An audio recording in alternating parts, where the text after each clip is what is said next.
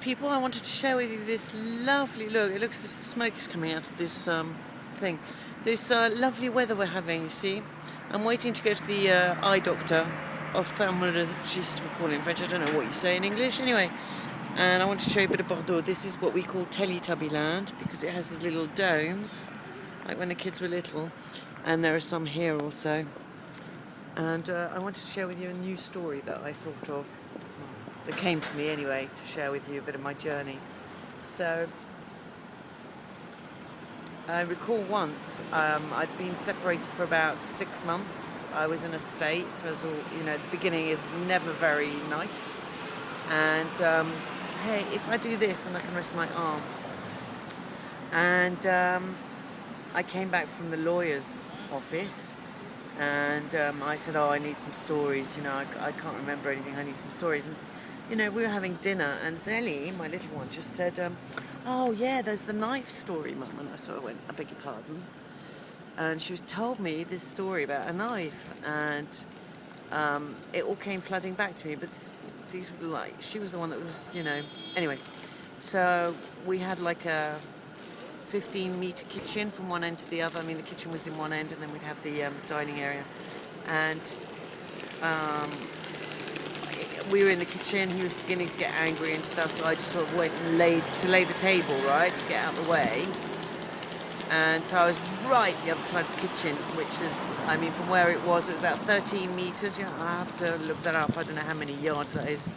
3 times 15 is about 40 yards, let's say.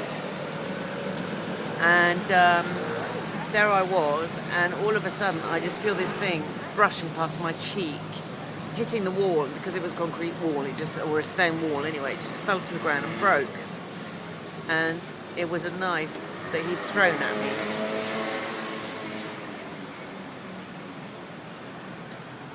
And this was like a real, what the fuck is going on type moment. A big aha moment for me, and I picked up the knife and I just thought, this is just not right, you know. I was beginning to become aware of what was going on.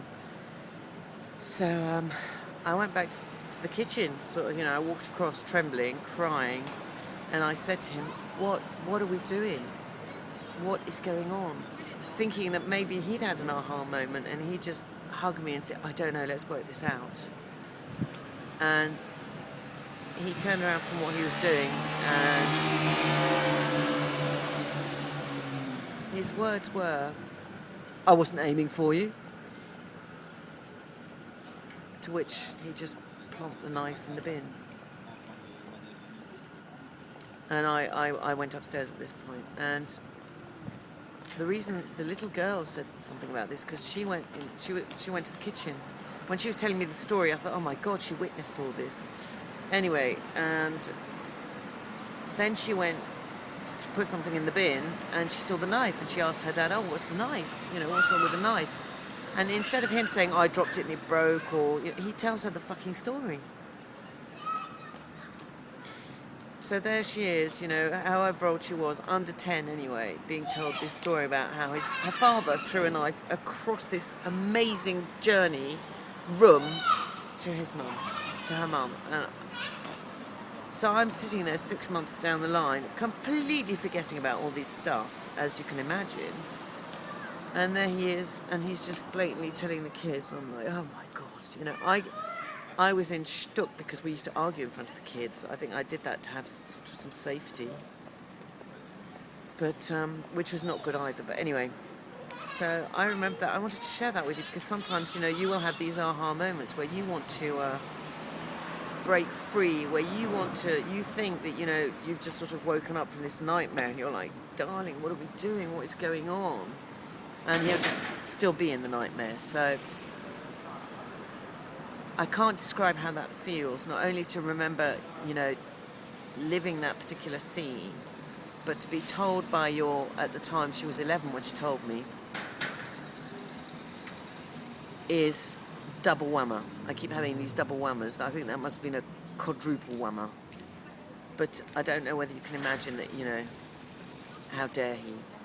And, you know, when you go down the forgiveness path, which is what I'm really trying to do, you have to forgive and forget and move on, you know. But when you hear these things, your whole body just goes, just, you know, I really do just want to kill him when I think about it. But I can't do that, so I've got to let those feelings go and give him love because he's in distress, okay? So I think that's enough for now. Every time I remember these videos, I then spend all day in a sort of haze, you know, because I think I'm sorting it out in my head. So I'm looking at these Teletubby hills and I'm just thinking, oh my God, you know, let's live in Teletubby land. It's so much nicer.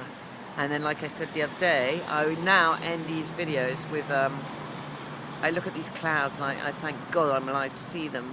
I thank God that I'm sitting on this bench waiting to get my little eyes tested, and, you know, gratitude, gratitude, gratitude, and how I love myself. This is so important. You can't begin to fathom. So I hope this has been of some value to you. I'm sorry it's a bit raw. Share it with your friends, I don't know. You be judge of that. And like the video anyway. Sit down and have a think about your own situation. And if you're going through a divorce because you're just incompatible, think again, really think again. Or, you know, be so loving to the kids, because I stayed in this violent relationship because I didn't want to divorce. To me, divorce was just such a foul-mouthed word. It still is. But I had to get out. So, look at that. I love these things. Lots of these in Bordeaux. So anyway, I was going down the rabbit hole. I won't go down that one. Love you, leave you. May the joy come to you, and may you shine. Bye. I don't really know how to turn this off.